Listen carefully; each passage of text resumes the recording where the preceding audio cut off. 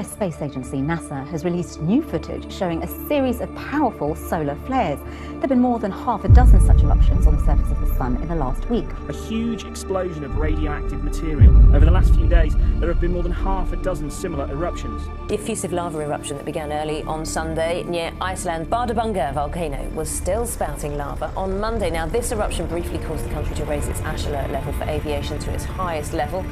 And now to the latest in an Ebola outbreak that can't seem to be contained. Today, World Health officials said the virus keeps on spreading. The number of people infected with Ebola keeps growing, with the number now at 3,500. An additional 1,900 more have died. The World Health Organization estimated that the outbreak now includes Guinea, Sierra Leone, Liberia, Nigeria, and Senegal. This is really the first epidemic of Ebola the world has ever known. It's spreading widely. Bad as the situation is now, everything I've seen suggests that over the next few weeks it's likely to get worse. This is not just a problem for West Africa, it's not just a problem for Africa, it's a problem for the world. We face new and evolving dangers. To the east, Russia is ripping up the rulebook with its annexation of Crimea and its troops on sovereign soil in Ukraine. To the south, an arc of instability bends from North Africa to the Middle East. Last night we discussed the threat posed by ISIL in Iraq and Syria. So our message is clear. We are united in condemnation of these barbaric and despicable acts. They should be very clear. These terrorists, their threats will only harden our resolve to stand up for our values and to defeat them. We have before us the opportunity to forge for ourselves and for future generations a new world order. We are united.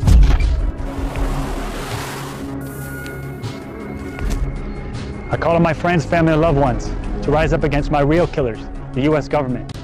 But what will happen to me is only a result of their complacency and criminality. This is James Wright Foley, an American citizen of your country. As a government, you have been at the forefront of the aggression towards the Islamic State, so any attempt by you, Obama, to deny the Muslims their rights of living in safety under the Islamic Caliphate will result in the bloodshed of your people.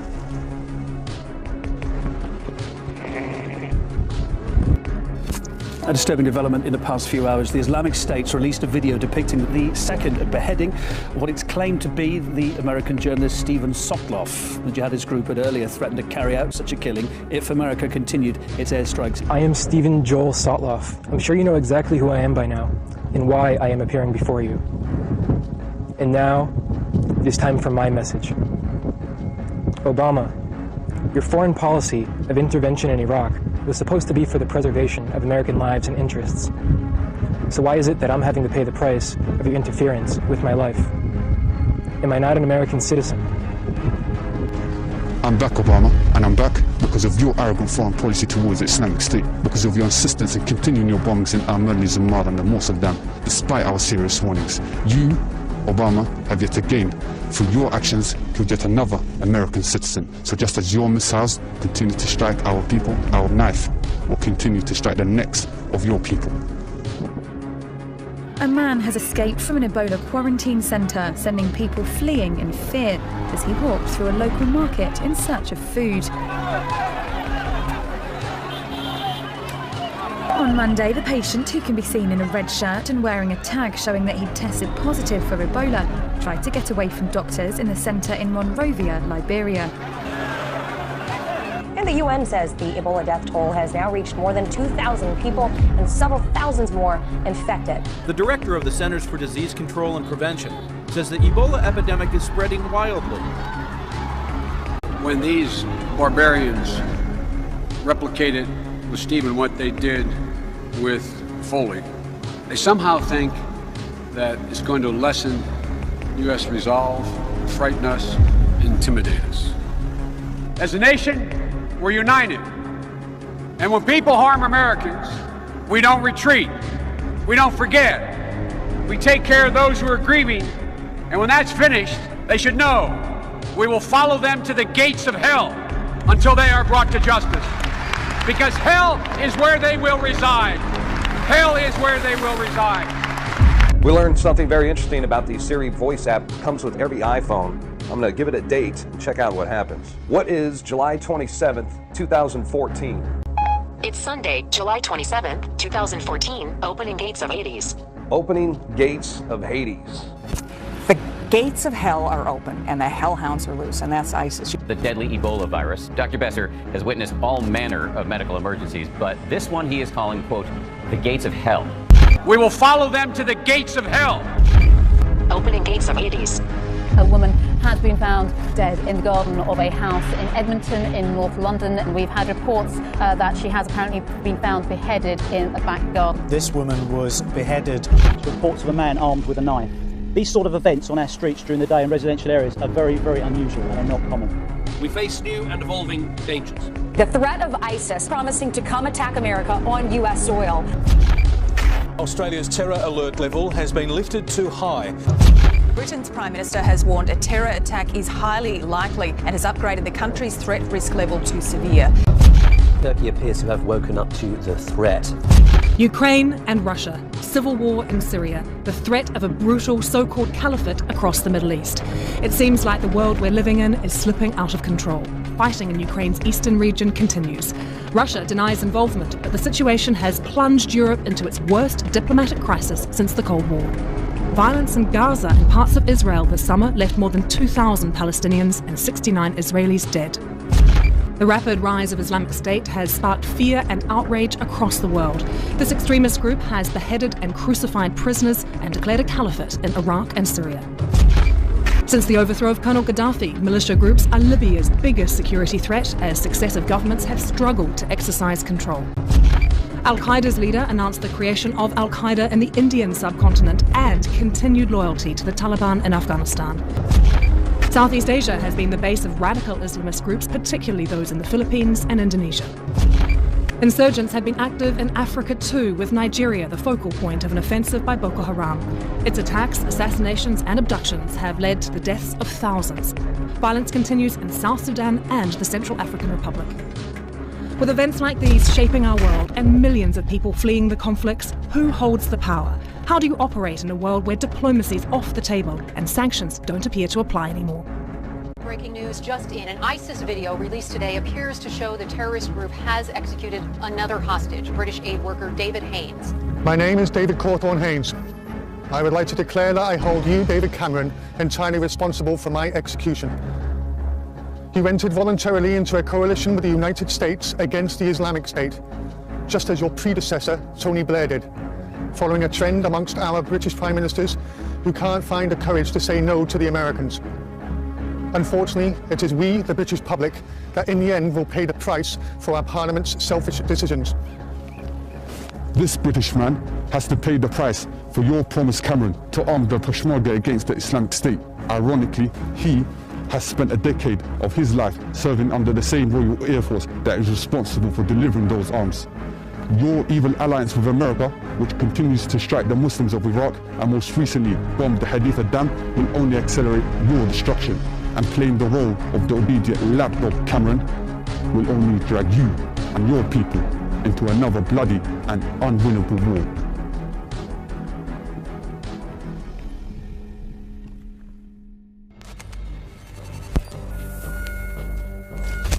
Normally this time of year, this public space in central Tokyo is full of people. Right now, it's deserted as Japan tackles its first reported domestic outbreak of dengue fever since the end of World War II, 1945, almost 70 years ago. This is a disease that people here thought was gone forever.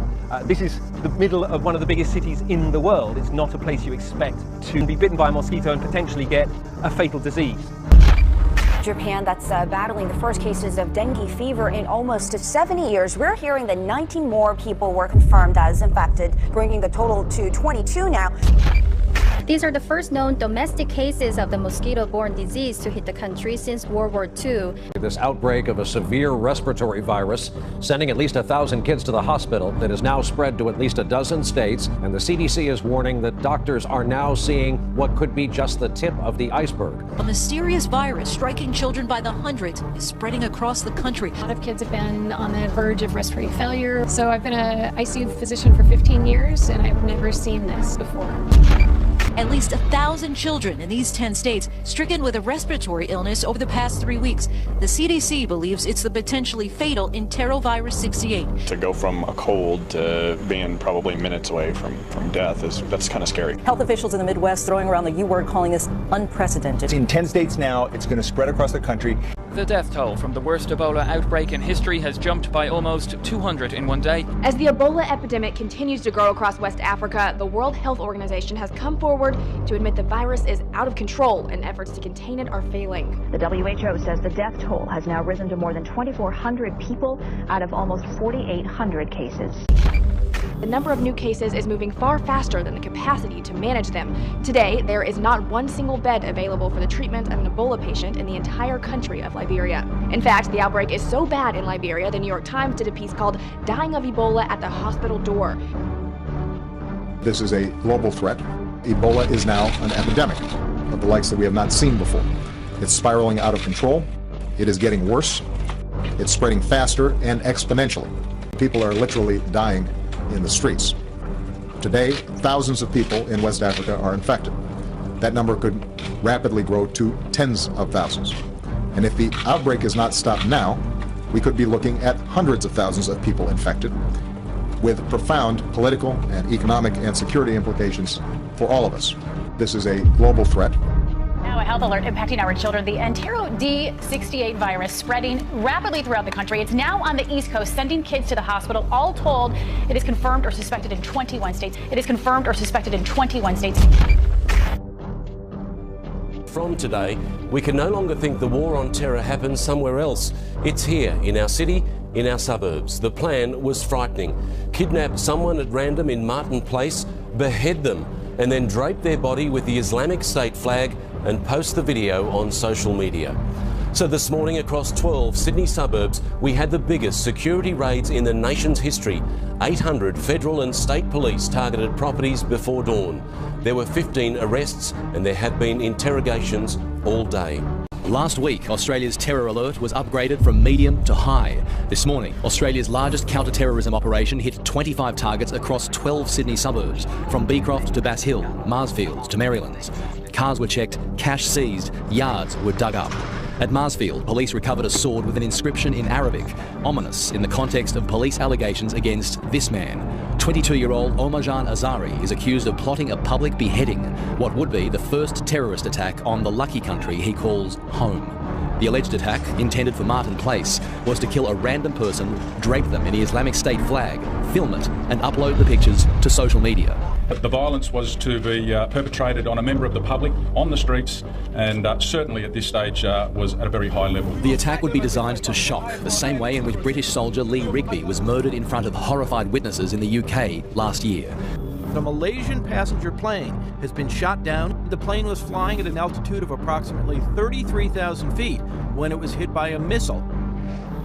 An eerie sight this morning, flying high above the Brooklyn Bridge. 2 white flags in place of the American flags typically hoisted above these iconic towers. The ability to pull off a stunt on this scale is as troubling as it is mysterious. At 3:30 this morning, the waving American flag suddenly disappears. At 3:30 this morning, the waving American flag suddenly disappears. Ukraine and Russia, civil war in Syria, the threat of a brutal so-called caliphate across the Middle East. It seems like the world we're living in is slipping out of control. We have before us the opportunity to forge for ourselves and for future generations a new world order. We are united. The alleged attack, intended for Martin Place, was to kill a random person, drape them in the Islamic State flag, film it, and upload the pictures to social media. The alleged attack, intended for Martin Place, was to kill a random person, drape them in the Islamic State flag, film it, and upload the pictures to social media. Oh, this is beyond anything that we've seen, so we must prepare for everything and get ready. They're beyond just a terrorist group. This is an organization that has an apocalyptic end-of-days strategic vision. From today, we can no longer think the war on terror happened somewhere else. It's here, in our city, in our suburbs.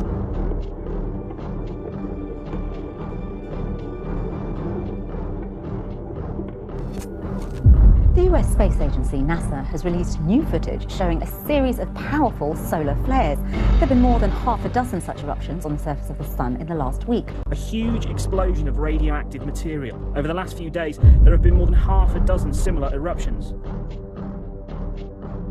Now, an asteroid named Pitbull will whiz past planet Earth. It is, on the cosmic scale, coming fairly close to us. From the Earth's surface, the asteroid will fly by us 25,000 miles away, 10 times closer than the moon, catapult moving at a speed of 40,000 miles an hour.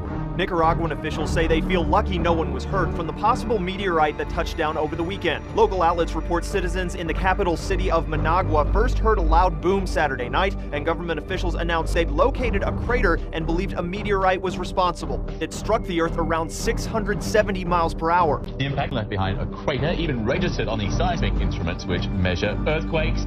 Over Labor Day weekend, NASA says it detected a 60-foot-long asteroid named 2014 RC. The NEO, or Near-Earth Object, grabbed headlines because of its relatively close pass by Earth. Yesterday in Spain at 6:55, meteor lit up the skies of several places. At 1:48 p.m. Eastern Daylight Time, a solar flare-up on the sun launched a powerful burst of radiation at the daylight side of our planet. Immediate disruptions to high-frequency radio communications lasted for a little more than an hour. One way it can affect us on the ground is by disrupting the power grid or communication satellites. This is the second solar flare this week, but this one's a bit more of a concern because it's aimed right at us. 6 a.m. Novato. It was just before sunrise. I looked up at the sky and saw this little orange ball above the redwood trees. All of a sudden, these lights came down from that little orange ball. Couldn't tell you what it was. Scientists are still trying to figure that out too. The California Academy of Sciences says it's possible it was a meteor. It's rather unusual in that this one appears to have a very broad tail following behind it. It was spotted in 3 states: Nevada, California, and Oregon. For last night, a meteor skipped along the Earth's atmosphere, lighting up the sky from New Jersey to Ohio. More than 190 reports have poured into the American Meteor Society. We are the first generation to feel the impact of climate change, and the last generation that can do something about it. We are the first generation to feel the impact of climate change, and the last generation that can do something about it. Locals are calling it the Lake of Death as they scoop up an estimated 156 tons of dead freshwater popoche chub. Around 40 million of them popped to the surface last week, not to eat or to jump, but as dead fish. Boat after boat pulls into shore, all with the same sad, stinking cargo. At least 10 people have died and 30 others are still missing after heavy rainfall triggered landslides in southwest China. More than 300 millimeters of rainfall in less than 24 hours has caused flash floods and landslides in multiple towns. The astonishingly heavy rainfall in the region, causing almost 5,000 houses to collapse, 1.9 million people who have been affected. A warning went out today in Hawaii.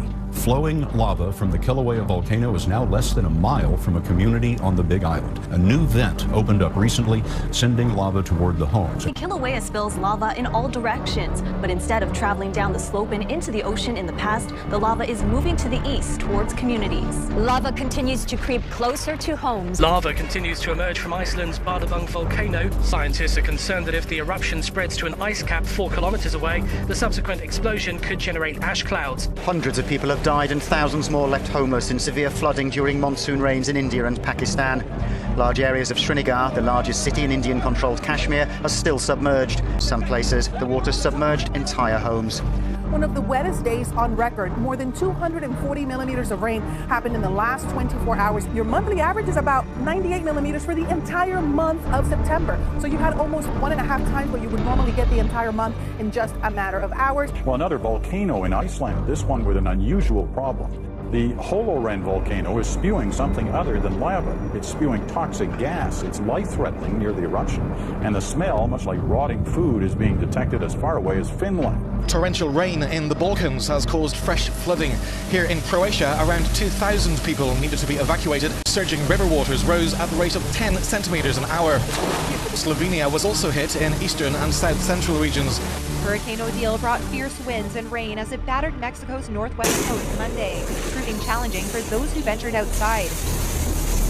Trees were uprooted in La Paz. Power lines keep crashing down. It's deemed one of the worst storms to hit the luxury retreat of Los Cabos.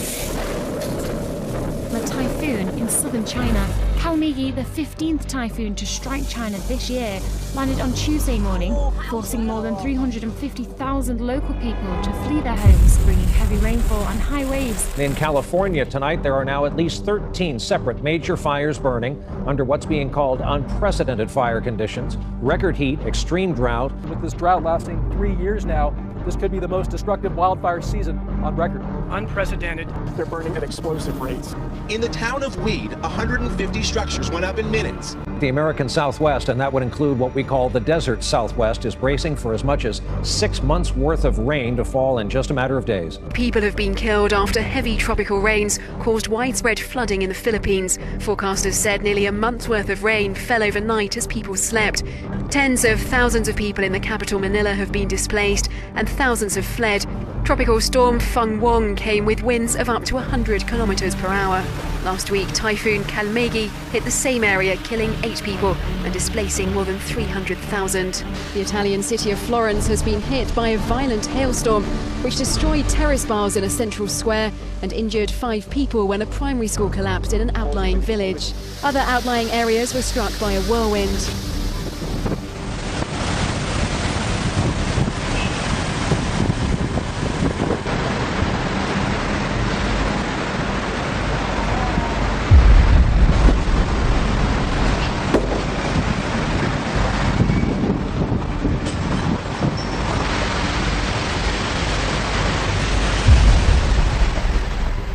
We are just getting reports of an earthquake in Alaska this hour. About a half hour ago, 6.2 magnitude earthquake. This is about 80 miles northwest of Anchorage. Smoke and ash were flung hundreds of meters into the sky after Mount Ontake suddenly erupted on Saturday. At least 30 hikers are feared dead. Others were injured or are missing. Volcanic rocks fell like hailstones. Now, this volcano, which is located rather close to Tokyo, erupted completely without warning. The death toll from Japan's worst volcanic eruption in decades is likely to rise to more than 45.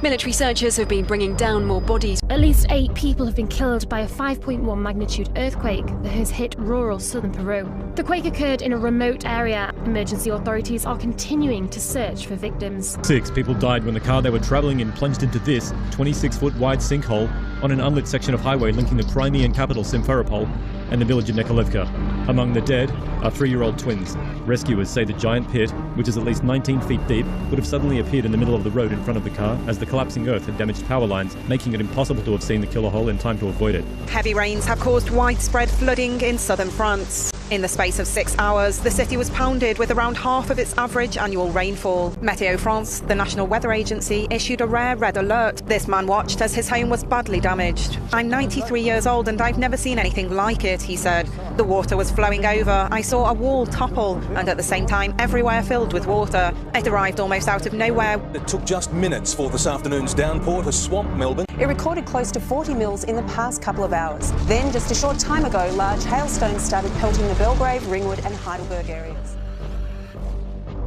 It's a staple of the science fiction world, telepathy. Movies like X-Men explore the mind-bending possibility of communicating instantaneously without uttering a single word, simply by thinking it. Well, an international group of scientists say they've done just that. They've managed to use internet technology to send a telepathic message direct from one brain to another 5,000 miles away. The co-author of the research says this is just the beginning. I think that if we are successful with this technological development and we continue, we will eventually be able to unite telepathically people across the globe and enrich the information exchange between human beings and machines. And if I had to say a timescale, I would give it a 50-year timescale to see something practical. The world of neuroscience is opening the doors to telepathic communication. And Homo sapien 2.0, according to a researcher at the Global Brain Institute, a completely new human species will inhabit the Earth in just over 30 years. What kind of people will we become? Well, they say our biological clocks will undergo dramatic changes, which will allow us to live longer and give birth at an older age. And of course, technology, machines and cyborgs, all kinds of microchip implants will be placed in our ears and our fingers and make many devices completely obsolete. We are going to become gods. Period. If you don't like it, get off. You don't have to contribute. You don't have to participate. And if you're going to interfere with me becoming God, you're going to have big trouble. Then we'll have warfare. If you kill me, I'll kill you. All kinds of microchip implants will be placed in our ears and our fingers. Well, how about a brain chip implant? What they're developing is implantable closed-loop systems able to deliver targeted neural stimulation. This is all part of President Obama's Brain Initiative. DARPA is working on creating a memory-enhancing microchip that would be implanted directly into your brain. Sounds pretty creepy. You kill me, I'll kill you. Tremendous advancements have been made in the field of neuroscience, from mapping the human brain to creating devices that can capture digital images of our thoughts. But what if we could upload a digital copy of our memories and consciousness to a point that human beings could actually achieve a sort of digital immortality? This will replace the internet. It'll become a brain net. We'll record emotions, thoughts, patterns, behavior, and send it on the internet. We're going to be able to record thoughts. Taking your consciousness and uploading it digitally. The ability to have access to powers of the mind that we cannot as mortals. We are going to become gods. Right now, the time that we're living in is the golden age for learning about the mind, that we've learned more in the last 15 years than in all of prior human history. Why? What took so long? Because only recently have we had the physics. Where one man's mind is uploaded into a supercomputer which possesses the collective knowledge of all of humanity. The concept behind it is very real. Wallahi, the fighting has just begun. A masked ISIS militant and his comrades ready their guns and appear to execute the Syrians who dug their own graves. In a message posted online by an ISIS spokesman, the most dire threat yet against the U.S. and its allies. Quote, if you can kill a disbelieving American or European, especially the spiteful and filthy French, or an Australian or a Canadian, or any other disbeliever, then rely upon Allah and kill him in any manner or way, however it may be. Wallahi, the fighting has just begun. Word came out of Oklahoma today, of all places, that there had been a beheading there. Police say a man, Alton Nolan, who had just been fired from an Oklahoma food processing plant, went into a rage and began attacking his co-workers. Nolan allegedly stabbed one woman repeatedly and then, according to police, severed her head. Police say he then began stabbing a second woman before being shot and subdued. Police say Nolan recently tried to convert some of his co-workers to Islam. Sources say a variety of religious materials were recovered from his car. Now, with almost daily threats from ISIS and al-Qaeda, U.S. officials are on high guard for possible homeland attacks. The pictures are simply incredible coming out of one of the world's major financial centers. In the streets, a sea of umbrellas, the symbol of a mass demonstration underway in Hong Kong. Tonight, the United States is urging police in Hong Kong, which is home to some 60,000 American citizens, to show some restraint. Police in a small town in New Mexico are catching more than just criminals. They're catching images of what they believe are ghosts on surveillance cameras. It was a typical Saturday night at the police station when an officer keeping an eye on surveillance cameras spotted something in the Sally Port. The camera captured this image in a secured area where there's no way in and no way out without an open gate and alarm sounding. At first, I thought it was like a pulilla, like a fly, a moth, and then I saw the legs and it was a human. See it walk through, it walks in the direction of the old transport cages, and there's not really any way for it to get out through there, but it seems to walk right through that. A lot of our officers have seen certain things. Some of our officers have felt what appears to be somebody breathing down their neck as they're working on reports in the briefing room. Detectives say there's no logical explanation for this, not an issue with the lighting or a technical glitch. Turns out there are a lot of ghost stories around here. Another virus that is spreading, chikungunya. 500,000 people are ill with the mosquito-borne virus in the Dominican Republic. Chikungunya got its name from the word in Mozambique that describes the intense joint pain caused by the virus. Once infected, the pain could last up to 6 months. There's no current cure for the virus. Now the Ebola virus has quickly turned into one of the worst epidemics in modern times and is spreading fast, claiming more and more lives by the day. The total cases in West Africa have reached an estimated 5,800 illnesses and over 2,800 deaths. The World Health Organization called today, quote, unparalleled in modern times. In the villages, the grave diggers can't keep up with the number of bodies. Perlina is 3 years old. Her mother died in the ambulance on the way to the nearest clinic. Perlina never got to kiss her mother goodbye, as Ebola is highly infectious in its last stages, and any touch can be fatal. Now orphaned and alone, Perlina has to be quarantined for at least 3 weeks to find out if she too has the deadly virus that's killed her entire family. With Ebola now spiraling beyond a health crisis and into a global security threat, the Centers for Disease Control and Prevention has a grim outlook on the Ebola outbreak sweeping West Africa. It says without further intervention, the number of cases in Liberia and Sierra Leone could reach 1.4 million by January. The virus is spreading much faster than efforts to contain it. Some experts predict that if we don't get control of the virus, the number of infections could mushroom to nearly 55,000 by next month. Clearly, there is no end in sight to this epidemic, as it seems the UN cannot control the outbreak until the end of this year. It will take at least 6 to 9 more months to curb the influx of infections and fatalities that have crippled West Africa. That is unprecedented. And I can't remember a time when we sent troops to do this particular mission. An impending food crisis looms over West Africa due to a state of emergency lockdowns blocking access to aid in the efforts to contain the spread of the outbreak. And the New York Times says the outbreak of a respiratory illness among children is growing. 38 states are now affected. There are 226 confirmed cases of enterovirus D68, but it's likely many more people have been infected. The World Health Organization has announced that the death toll in West Africa's Ebola epidemic has now exceeded 3,000. The death toll has now exceeded 3,000. Outbreak in Africa, and tonight the first confirmed case here in America. The patient diagnosed here in the U.S. Tonight, a team from the CDC rushing to the scene, to this hospital in Dallas, where he is in isolation showing symptoms. It's believed he's been infectious for several days after returning from West Africa. This evening, the test results confirming it is Ebola. Tonight, word President Obama has been briefed, and now the all-out push to track down anyone who may have been in contact with him. The CDC is confirming late today what doctors in this Dallas hospital fear, that the patient who walked into their emergency room Sunday with high fever and other symptoms is sick with Ebola, the first case diagnosed in this country.